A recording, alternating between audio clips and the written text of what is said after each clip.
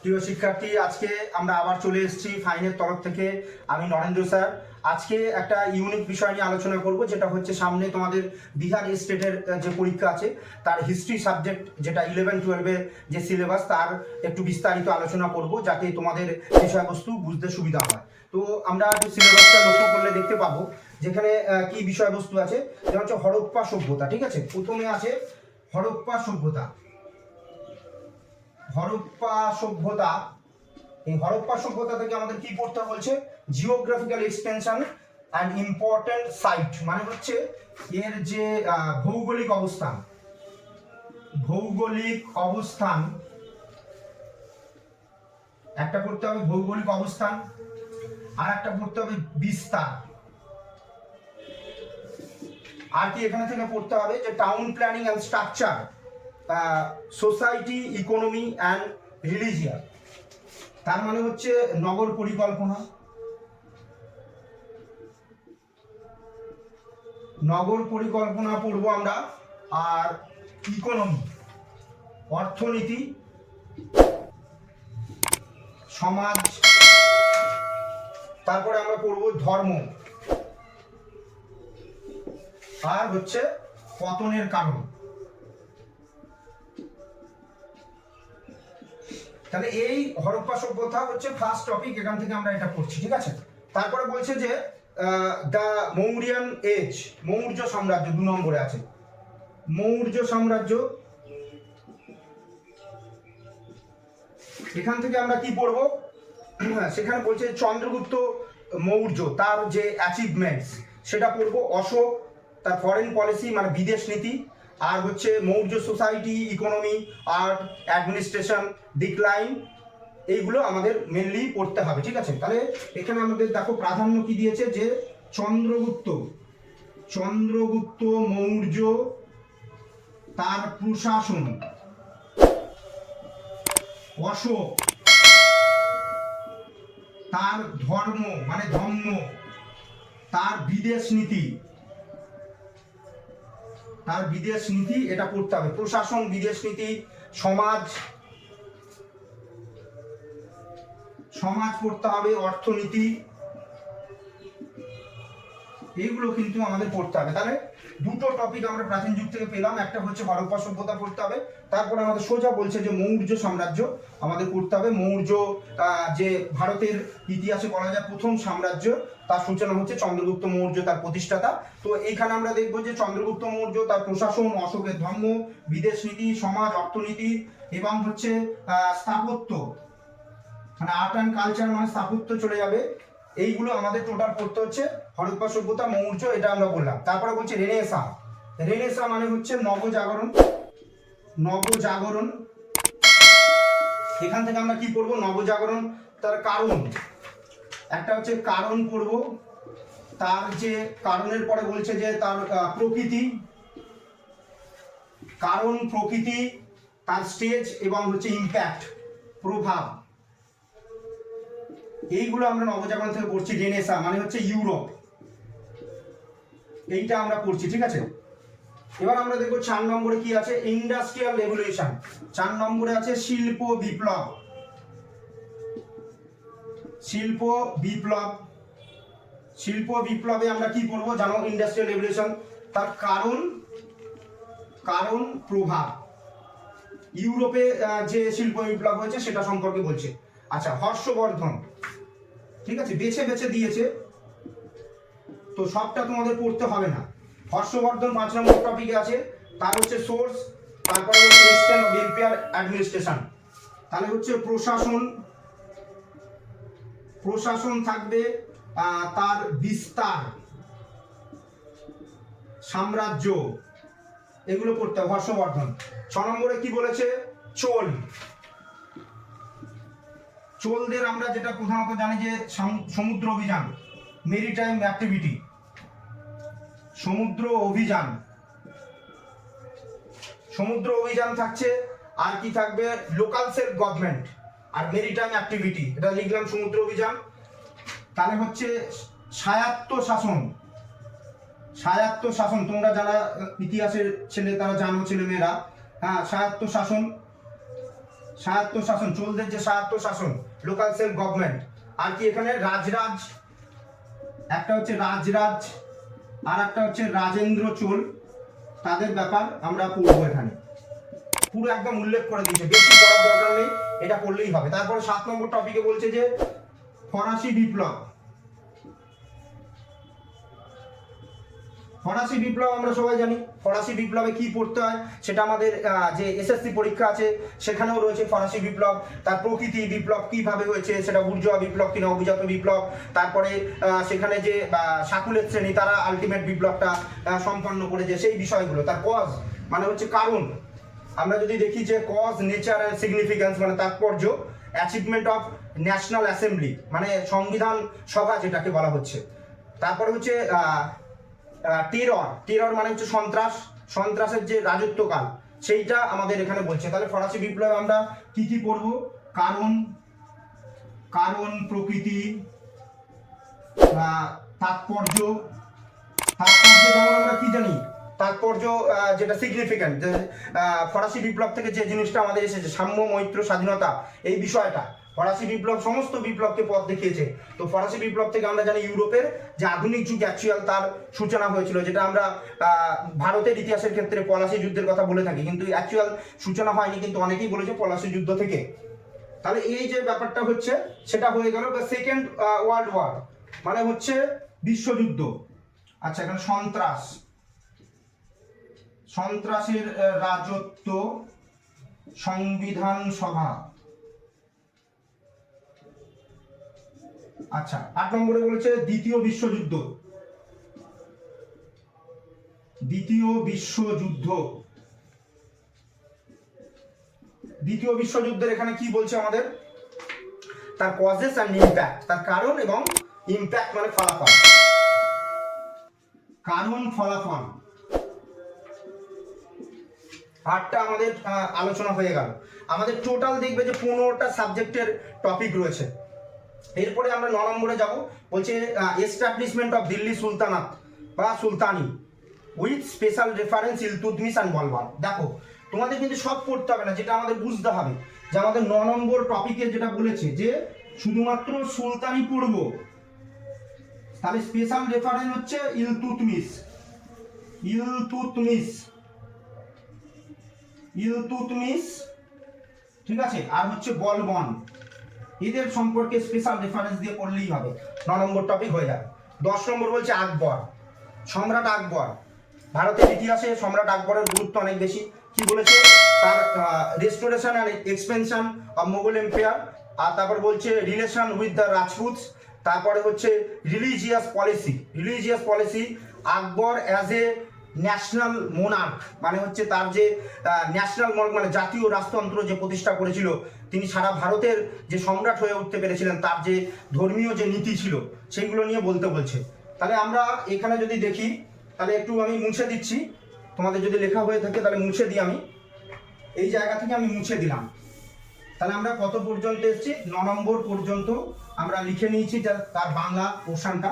আচ্ছা, এই যে বাংলা যেটা লিখছি সেটা আমি এক কাজ করব, তোমাদের আমাদের যে ওয়েবসাইট আছে সেখানে তোমরা পেয়ে যাবে, এবং ইউটিউবের ডেসক্রিপশনে আমি এটা পিডিএফ এর লিংক দিয়ে দেবো, তোমরা বাংলা ভার্সনটা ডাউনলোড করে নেবে।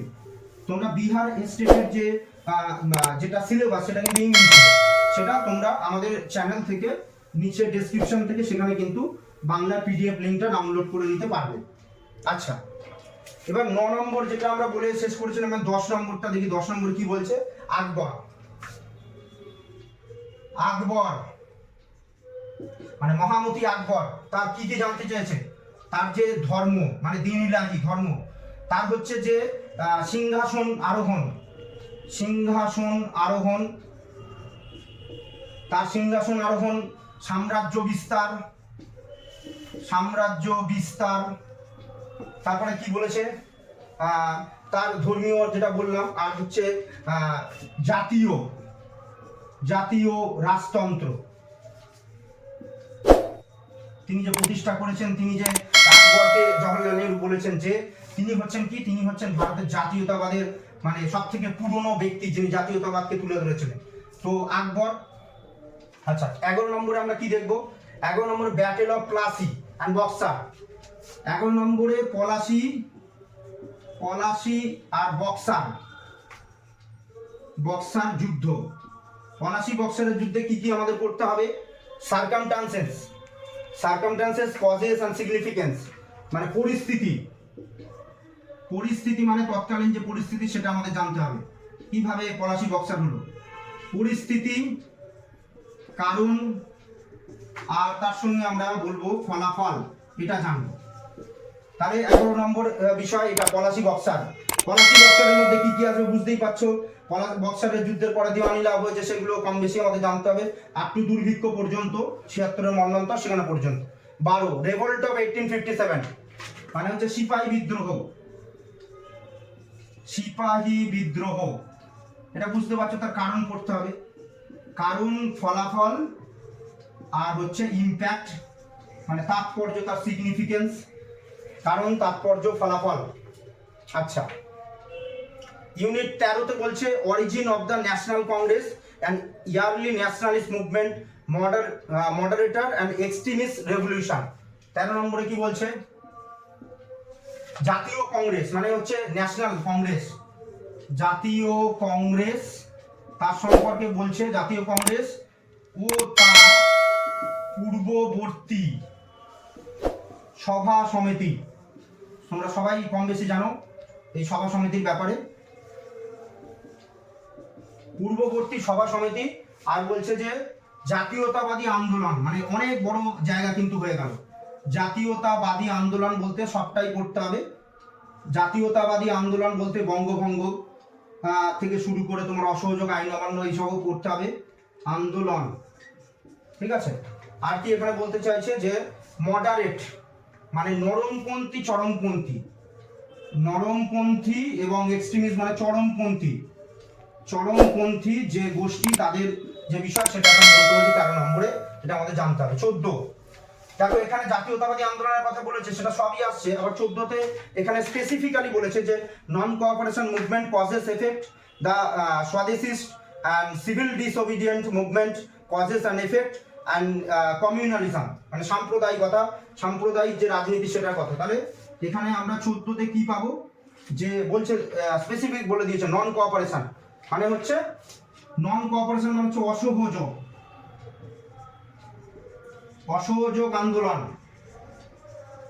অসহযোগ আন্দোলন, স্বদেশী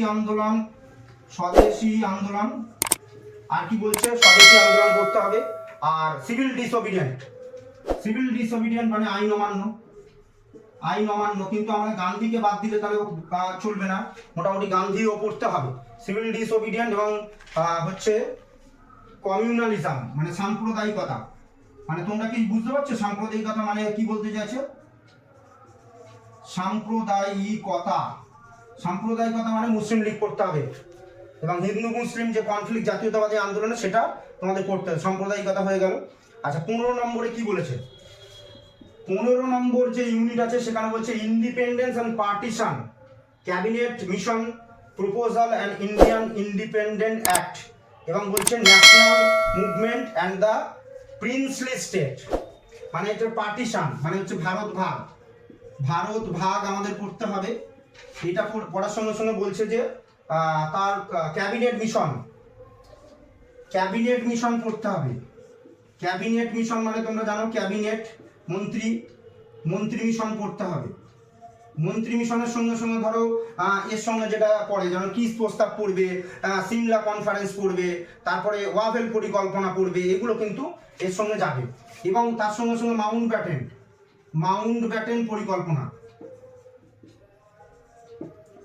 ব্যাটেন পরিকল্পনা এবং ভারতের স্বাধীনতা আইন সেটা তোমাদের কিন্তু পড়তে হবে। তাহলে এখানে আমরা মোটামুটি বি সেকশনে চলে গেলাম, বা এই দুটোই পড়তে হবে। তাহলে এটা টোটাল হচ্ছে আমাদের যে সিনারিও অফ সিলেবাস, সেটা আমরা দেখলাম যে সাবজেক্টের তাহলে সিলেবাসগুলো যেগুলো পড়লাম এগুলো তোমাদের বেশি এমফাসিস এই জায়গাগুলোতে দিতে হবে, যেগুলোকে বড় বড় করে হাইলাইট করেছে। পলাশি, বক্সার, সিপাহী বিদ্রোহ, অসহযোগ আন্দোলন, স্বদেশী আইন অমান্য, এইগুলো জাতীয় কংগ্রেস, তার পরবর্তী যে আর কি তার পূর্ববর্তী সভা সমিতি সেটা, তারপরে যে আকবরকে পুরো আকবরটা ভালো করে পড়তে হবে। এইভাবে যে চিহ্নিতকরণ ভারত ভাগ বেশি করে বলেছে, ক্যাবিনেট মিশন, তারপরে ভারতের স্বাধীনতা আইন, এই পর্যন্ত তোমাদের পড়তে হবে, সংবিধান টংবিধান সব। তো মোটামুটি যারা ইতিহাসের তোমরা স্টুডেন্ট আছো তারা তো কম বেশি এই সিলেবাসের সঙ্গে পরিচিত এবং অভ্যস্ত আছো, কিন্তু এইগুলোকে স্পেশাল এমফাসিস, স্পেশাল ভাবে তোমরা জোর দিয়ে যদি পড়ো তাহলে কিন্তু এই সাবজেক্টের বিষয়টা কোনো সমস্যাই হবে না। এবার যেটা আমরা সেকেন্ড পার্ট যেটা, সেটাকে কি বলেছে, art of teaching and other skill. এটা একটু মুছে দিচ্ছি যাতে ওটা তোমাদের বুঝতে সুবিধা হয়। তাহলে আমি এটা পরে আসছি, আমার সাবজেক্টের বিষয়টা যেহেতু বড় জায়গা, এটা তোমাদের বলে রাখা ভালো যে এই 100 নম্বরের মধ্যে যদি তুমি 75 পেয়ে যাও তাহলে তোমার 50 নম্বর যেটা আদার্স বিষয়, সেটা তোমার যদি নাম্বার নাও তোলো কোনো অসুবিধা নেই। 50% যেটা টোটাল নাম্বার সেটা কিন্তু আমরা পেলেই আমাদের চলবে। তাহলে এতে আমাদের কততে পাস, মানে পরীক্ষা হবে 150-তে, আমার যে সাবজেক্ট থাকবে 150 এমসিকিউ থাকবে, টোটাল 150 এমসিকিউ থাকবে। এই এমসিকিউর মধ্যে 50টা থাকবে আদার্স বিষয় আর 100টা থাকবে সাবজেক্ট, ঠিক আছে? তাহলে এই যে 50টা, এই 50টার বিষয় এখন আমরা বলবো, ঠিক আছে? এখানে কি বলছে, এই 50টার মধ্যে বলছে যে art of teaching and other skill, এতে ভাগ করেছে যে এ যে নম্বরটা সেটা হচ্ছে আর্ট অফ টিচিং। এটা তোমাদের কাছে, এটারও আমি একটা কপি ডেসক্রিপশনে দিয়ে দেবো, সেটা তোমরা কিন্তু ডাউনলোড করে দেখতে পারবে। আর্ট অফ টিচিং এ কি আছে, teaching and learning, meaning, process and characteristic, মানে টিচিং লার্নিং এর যে মিনিং, তার প্রসেস, ক্যারেক্টারিস্টিক, এটা আমি একটু মুখেই বলে দিচ্ছি যাতে তোমাদের এটা সম্পর্কে অত জোর দেওয়ার নয়, তো সাবজেক্টের সম্পর্কে, তো এটা আমি একটু মুখে বলে দিচ্ছি। তারপরে বলছে তোমরা ব্লুম ট্যাক্সোনমি পড়েছো, সেটা teaching objective and instructional object, instructional object মানে নির্দেশমূলক যে বিষয়গুলো সেটা, meaning, type and Bloom taxonomy. Teaching method, মানে টিচিং মেথড কত ধরনের মেথড হয় তোমরা জানো, যে একটা হচ্ছে লেকচার মেথড, একটা প্রজেক্ট মেথড, এরকম যে মেথডগুলো থাকে। তাহলে type of characteristic, type and it's characteristic, merit and demerit of the method, মানে ধরো বক্তৃতামূলক যে আর কি পদ্ধতি, তার সুবিধা কি আছে, একজন টিচার যে বক্তৃতামূলক পদ্ধতির মাধ্যমে পড়াবে, প্রজেক্ট মেথডে পড়াবে, তার সুবিধা অসুবিধা কি আছে সেটা আমাদের জানতে হয় প্রত্যেকটা মেথডে। লেসন প্ল্যান, একটা তুমি যখন ক্লাসে পড়াতে যাচ্ছ তখন তার জন্য তোমাকে একটা প্রপার লেসন প্ল্যান বানিয়ে নিয়ে যেতে হবে, সেইটা তোমাকে কিন্তু এখানে প্রশ্ন আসতে পারে। And format and various model, কি মডেল ব্যবহার করা যেতে পারে, যেমন বুনারের মডেল আছে, বুনারের তোমরা মডেল জানো, তো এই যে এইগুলো মডেল বা মডেলিং করা বা তাতে টিচিং এইডস কীভাবে ব্যবহার করতে হয়, এই বিষয়গুলো থেকে প্রশ্ন আসবে। তারপর বলছে এফেক্টিভ হচ্ছে ইকোসিস্টেম অফ ক্লাসরুম, এফেক্টিভ একটা হচ্ছে প্রভাব ফেলতে পারে তোমার ক্লাসরুমে, এফেক্টিভ এনভায়রনমেন্ট কেমন হবে, পরিবেশটা কেমন হবে একটা ক্লাসরুমে, সেটার ব্যাপারে বলতে হবে, সেটা একটু জানতে হবে। টেক্সট বুক অ্যান্ড লাইব্রেরি, এটার ইউজেস, এটা কিভাবে ইনক্লুড করা যেতে পারে, টেক্সট বুক কেমন হওয়া উচিত। যেমন একটা উদাহরণ দিয়ে বলছি যে একটা যে টেক্সট বুক মানে হচ্ছে পাঠ্যপুস্তক, সেটাতে কি প্রাধান্য থাকবে সিলেবাসে, মানে সেটা হচ্ছে শিক্ষার্থীর চাহিদা, মানে যারা স্টুডেন্ট তাদের যে চাহিদা, সেই চাহিদা অনুযায়ী কিন্তু সিলেবাস হওয়া দরকার, বিষয়বস্তু সেরকম থাকা দরকার। তো একটা সাবজেক্ট তার সিলেবাস কেমন হবে, লাইব্রেরি কি হেল্প করবে, এই বিষয়ে প্রশ্ন থাকতে পারে। কোয়ালিটিস অফ টিচার, একজন টিচারের কি গুণ থাকা দরকার, খুব একটা গুরুত্বপূর্ণ বিষয় এই পাঠে, যে একজন টিচারের কি গুণ থাকা দরকার, সে কেমনভাবে স্টুডেন্টদের সঙ্গে বিহেভ করবে, সে কেমনভাবে টিচার অন্য তার সহকর্মী তাদের সঙ্গে বিহেভ করবে, তার যে উৎস কি হবে, তার মানে তার যে এই যে টিচিং প্রফেশনের সঙ্গে যুক্ত আছে সে কিভাবে এটাকে দেখবে, তো তার উৎস, ব্যাখ্যা, তার লক্ষ্য, তার যে ফলাফল, তার মানে কাজের উপরে যে ফলাফল, সেটা একজন টিচার হিসাবে তার স্টুডেন্টদের কাছ থেকে কি এক্সপেক্ট করছে, ইনস্টিটিউটের কাছ থেকে কি এক্সপেক্ট করছে, মানে ধরো স্কুল, সেটা তো একটা মিনিয়েচার অফ হচ্ছে সোশ্যাল যে বিষয়টা তার উপরে নির্ভর করে। মিনিয়েচার মানে হচ্ছে ক্ষুদ্র সংস্করণ, বলা হয় সমাজের ক্ষুদ্র সংস্করণ। তো বিভিন্ন জাতি ধর্মের মানুষ একটা স্কুলে, একটা ক্লাসরুমে আসবে, সেখানে তোমাকে কিভাবে তোমাকে প্রেজেন্ট করতে হবে, সেই বিষয়গুলো, টিচারের কি কি গুণ থাকা দরকার সেগুলো কিন্তু এখানে আমাদের পড়তে হবে। তারপর হচ্ছে কারিকুলাম, কারিকুলাম মানে হচ্ছে যে পাঠ্যক্রম, পাঠ্যক্রমের যে কারিকুলাম মানে কেমন কিভাবে ক্লাস হবে, কিভাবে পরপর ভাবে একটা একাডেমিক যে সেশন সেটাকে কিভাবে তুমি সাজাবে, সেই কারিকুলামটা কিন্তু পড়তে হবে। তারপর হচ্ছে factors and effect teaching and learning, মানে কি কি বিষয় থাকতে পারে, টিচিং লার্নিং এর যে বিষয়টা তার এফেক্টিভনেস কি থাকতে পারে সেগুলো পড়তে হবে। টিচিং এইডস সম্পর্কে তোমার জানতে হবে, হ্যান্ড অর লার্নিং, সেটা সম্পর্কে তোমাকে জানতে হবে। এবার বি পার্টে যেটা আছে, দুটো পার্টে ভাগ করা হয়েছে 50 নম্বরকে।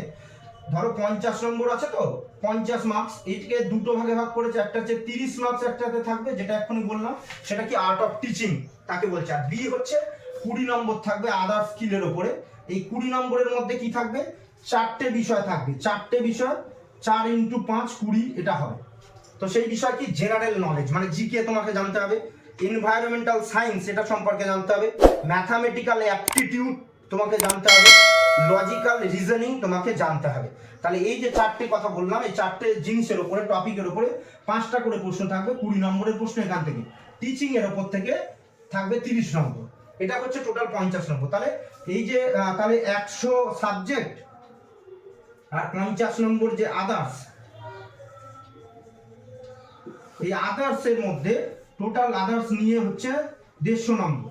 তাহলে 150 মার্কসের মধ্যে আমার কত পেতে হবে, 75 পেলে পাস করে যাচ্ছি। পরের যে পরীক্ষা মেন্সের জন্য আমি চলে গেলাম, সেখানে শুধু সাবজেক্টিভের পরীক্ষা হবে। তো আশা করি তোমাদের এই বিষয়টা বোঝাতে পারলাম, এবং তোমরাও নিজেরা এই বিষয়টা পড়ো। যারা হচ্ছে গিয়ে ইতিহাসের স্টুডেন্ট আছো, তাদের কিন্তু এটা পাস করা কোনো ব্যাপার না। মানে 50% পাওয়া, বা অন্য যে 50 নম্বর আছে তার মধ্যে যদি আমি না টাচও করি, আমি ইতিহাসে যদি 100টার মধ্যে 75টা ঠিক করতে পারি, আমি পাস করে যাচ্ছি, এবং এতে কোনো নেগেটিভ মার্কিং নেই। তাই সবার কাছে বলার বিষয়, এটা কম্পিউটার বেস পরীক্ষা হবে। সবাই ঠিক করে সেটাকে সবগুলোকে পুট করে আসবে, ইনিশিয়াল করে আসবে। যেমন হচ্ছে তোমার যে ওএমআর শিটে ইনিশিয়াল করতে হয়, এখানে কিন্তু সবটা দাগিয়ে দিতে হবে। এবং এখানে একটা সুবিধা আছে, তুমি টাইম মতো যদি সাবমিট না করে অটোমেটিক্যালি সাবমিট হয়ে যাবে। তো এটা কিন্তু তোমরা সবাই মাথায় রাখবে। তো আশা রাখছি যে তোমাদের এই বিষয়ে সহযোগিতা করতে পারলাম। সবাই ভালো থেকো, এবং আমাদের যে ফাইন এডুকেশনের যে চ্যানেল আছে সেটা সবাই সাবস্ক্রাইব করো, এবং এটার সঙ্গে যুক্ত থেকে বিভিন্ন রকম যে পরীক্ষা সেই সংক্রান্ত আমরা এখানে তথ্য দিয়ে থাকি, অন্য অন্য বিষয়ে সাহায্য পাবে। সবাই ভালো থেকো।